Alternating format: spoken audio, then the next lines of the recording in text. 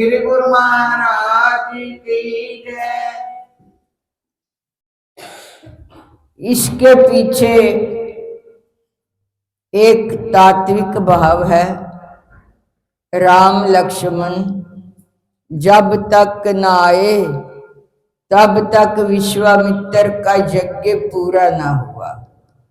जो शस्त्र विश्वामित्र के पास थे वे राजा राम को दिए और राक्षसों का नाश किया और विश्वामित्र यज्ञ का पूरा हुआ। वे शस्त्र विश्वामित्र जी के पास थे पर उनका उपयोग वे न कर सके। राम द्वारा कार्य किया। भारतीय संत ऐसा कहते हैं, मनुष्य का जीवन एक यज्ञ है। यह शरीर दुर्गंध से भरा हुआ है, इसलिए संत कहते हैं हमें देह पर अधिक आसक्त नहीं होना चाहिए।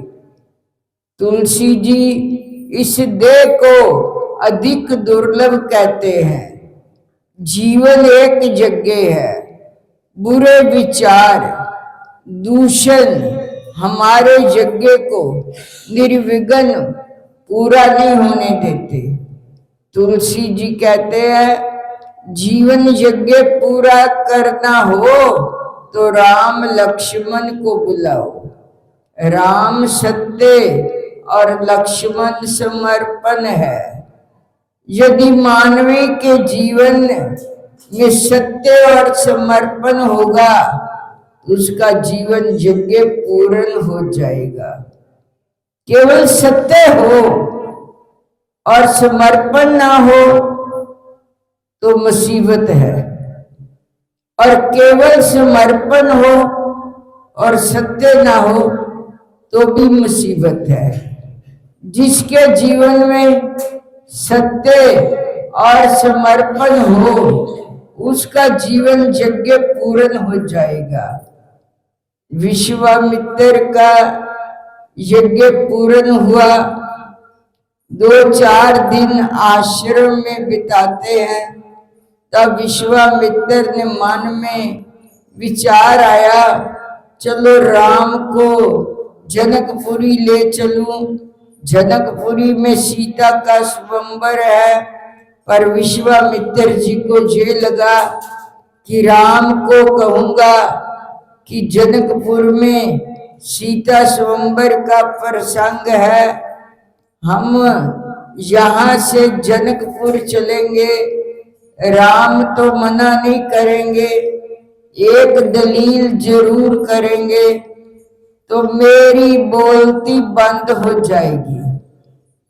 राम कहेंगे प्रभु आप कहते हो तो चले जाएंगे, पर हमारे पिता ने हमें किसी व्यवहारिक काम में जाने के लिए नहीं कहा है। हम तो ऋषि के कार्य करने के लिए भेजा है। जनक जी के यहाँ पुत्री का प्रसंग है, ऐसी बात कहेंगे तो मेरा बोलना बंद हो जाएगा। अतः बुद्धिमत्ता से विश्वामित्र ने कहा, राम एक यज्ञ आपने पूरा किया, अब जनकपुर में दूसरा धनुष यज्ञ हो रहा है। आप जब यज्ञ पूरा करने निकले हो तो कम से कम ये यज्ञ भी पूरा हो जाए।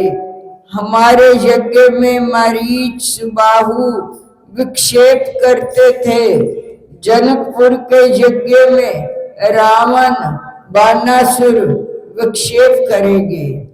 जो महर्षि का यज्ञ था वह राज ऋषि संत यज्ञ है, ये भी पूरा हो जाए। इस प्रकार यज्ञ शब्द विश्वामित्र ने प्रयोग किया। राम समझ गए कि प्रभु बुद्धि पूर्वक बोल रहे हैं, मुझे ले जाने की इच्छा है, अतः धनुष यज्ञ की बात सुनते हैं। धनुष यज्ञ सुन रघुकुल नाथा, हर्ष चले मुनिवर के साथा। विश्वामित्र जी के साथ राम जाने के लिए तैयार हो गए। भारत में एक चर्चा इस प्रसंग की है, आपने शायद सुनी होगी। राम लक्ष्मण विश्वामित्र के साथ जनकपुर गए, उन्हें सीधा आमंत्रण नहीं मिला। गोस्वामी जी के मत अनुसार मान सकते हैं कि जनक राजा ने स्वयंवर के लिए किसी को आमंत्रण नहीं भेजा था, केवल प्रतीक्षा जाहिर की थी। उन्होंने जो सुना इतने इकट्ठे हुए, ऐसा जनक जी के शब्दों मौलिक है कि ऐसा हो तो आमंत्रण का प्रश्न उत्पन्न ही नहीं होता। पर कई संत कहते हैं कि जनक राजा ने सबको निमंत्रण भेजा, पर दशरथ जी को नहीं। क्यों? उस समय धरती पर बड़े से बड़ा राज्य दशरथ जी का था। जनक की सबको निमंत्रण भेजे और दशरथ जी को ना भेजे, ये कहाँ तक उचित गिना जाएगा। इससे पीछे एक कथा है।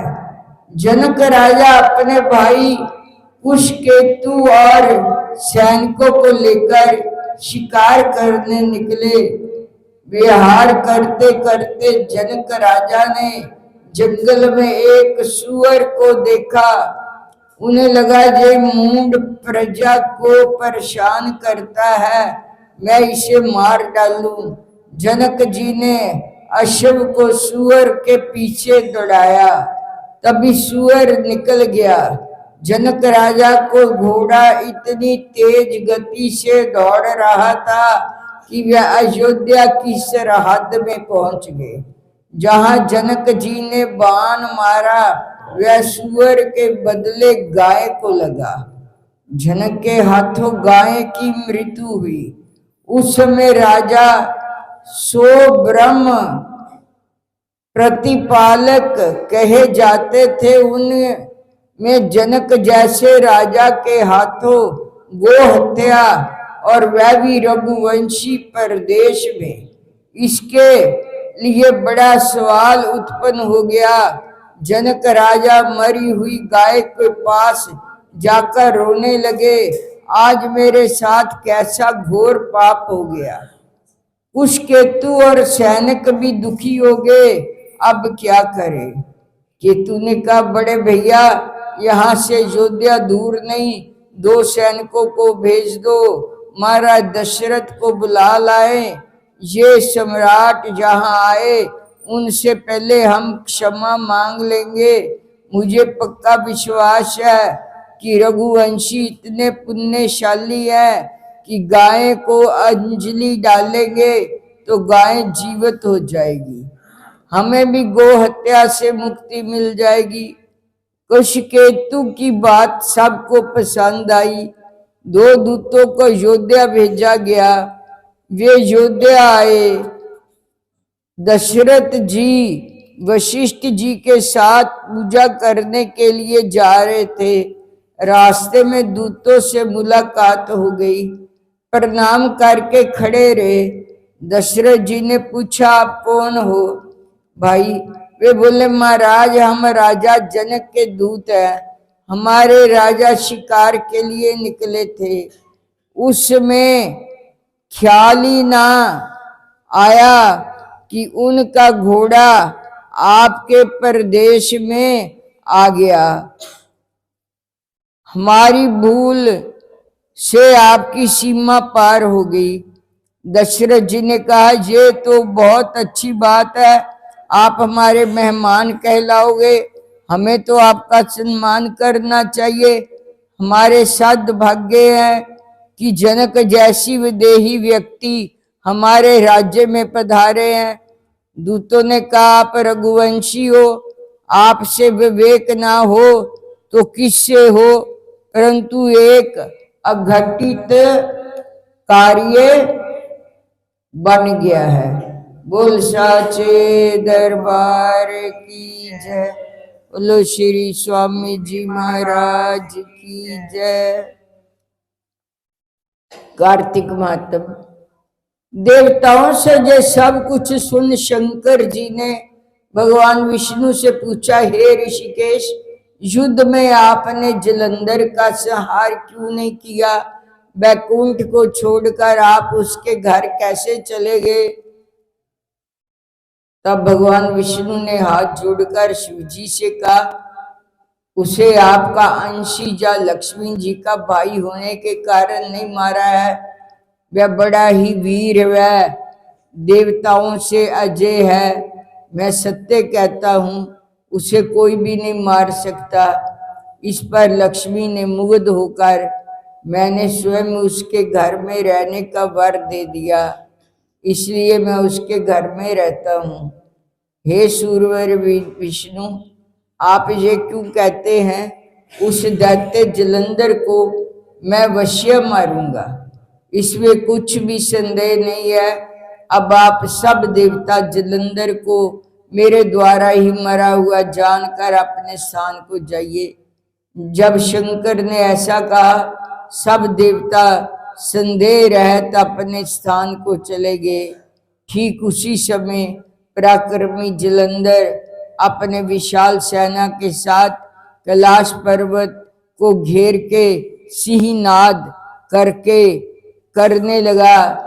दैत्यों के नाद कोलाहल से शिवजी क्रुद्ध हो गए।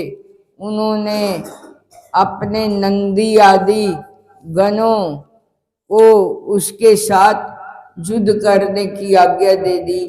कैलाश पर्वत के पास भीषण युद्ध होने लगा। दैत्यों ने अनेक प्रकार के अस्त्र शस्त्र बरसाने शुरू किए। भेरी, मर्दांग, शंख और तीरों तथा हाथी, घोड़ों व रथों के शब्द से धरती कांपने लगी। युद्ध में कटकर मरे हुए हाथी, घोड़े और पैदलों का पहाड़ सा लग गया, जिससे कि युद्ध भूमि और भी आगमयी हो गई। दैत्यों के आचार्य श्री शुक्राचार्य जी अपनी मृत संजीवनी विद्या से सब दैत्यों को जलाने लगे। ये देखकर शिवजी के गण व्याकुल हो गए। उनके पास जाकर सारा वृत्तांत सुनाया। उसे सुनकर भगवान रुद्र के क्रोध की सीमा न रही। वे अपने भयंकर रूप से दिशाओं को प्रज्वलित करने लगे। फिर तो उस समय उनके मुख से एक बड़ी भयंकर कन्या उत्पन्न हुई, जिसके की दोनों जंघाएं ताल वृक्ष के समान थी। वह युद्ध भूमि में जाकर सब असुरों का चर्वण करने लगी। युद्ध भूमि में इस तरह विचरते हुए वह शुक्राचार्य जी के पास पहुंची। शिगरयु ने अपने उदर में गुप्त कर लिया, फिर स्वयं भी अंतर ध्यान हुई। शुक्र के गुप्त हो जाने से दैत्यों का मुख मलिन पड़ गया। ये युद्ध छोड़कर भागने लगे। इस पर अनेक शुभ निशुभ कालनेमी आदि सेनापतियों ने अपने भागते हुए वीरों को रोककर शिवगणों पर बड़ा कठिन प्रहार किया। और ऐसा ही शिवजी के नंदी आदि वीर गणों, जिनमें गणेश और स्वामी कार्तिक जी भी थे, अपने गणों को रोककर दैत्यों से भीषण युद्ध किया। उस समय शिवजी के गण प्रबल थे। उन्होंने जलंधर, शुभ निशुभ, महासुर, कालनेमी आदि को पराजित कर दिया। ये देख के सागर पुत्र जलंधर एक रथ पर, जिस पर लंबी पताका लगी हुई थी, चढ़कर युद्ध भूमि में संग्राम करने लगा। इधर जय और शील नामक शंकर के गण भी संग्राम में तत्पर होकर गर्जने लगे। इस प्रकार दोनों सेनाओं के हाथी, घोड़े, शंख, भेरी तथा दोनों ओर के सिंहनाद से धरती त्रस्त हो गई। पश्चात जलंधर ने कोहरे के समान बाणों को चला धरती से लेकर आकाश तक व्याप्त कर दिया और नंदी के 5, गणेश को 5 तथा वीरभद्र को एक साथ 20 बाण मार कर उनके शरीर को छेद दिया। मेघ के समान गर्जना करने लगा। ये देखकर रुद्रपुत्र कार्तिक जी ने भी दैत्य जलंधर को अपनी शक्ति उठा के मारी घोर गर्जन किया, जिसके घात से वह धरती पर गिर पड़ा। परंतु वह इतना बली था, जल्दी से उठकर खड़ा हो गया। क्रोध विष्ट होकर कार्तिक जी पर अपनी गदा का प्रहार कर दिया। ब्रह्मा जी के वरदान की सफलता के लिए शंकर पुत्र कार्तिक जी पृथ्वी पर सो गए। गणेश जी और नंदी भी गदा प्रहार से व्याकुल होकर धरती पर गिर पड़े। वीरभद्र पर परिक का प्रहार किया, जिससे वीरभद्र का सिर फट गया और रक्त बहने लगा। वह व्याकुल होकर धराशायी हो गए। उनके धरती पर गिरा देख शंकर जी के गान चिल्लाते हुए युद्ध भूमि छोड़कर बड़े वेग से भाग निकले। बोल साचे दरबार की जय।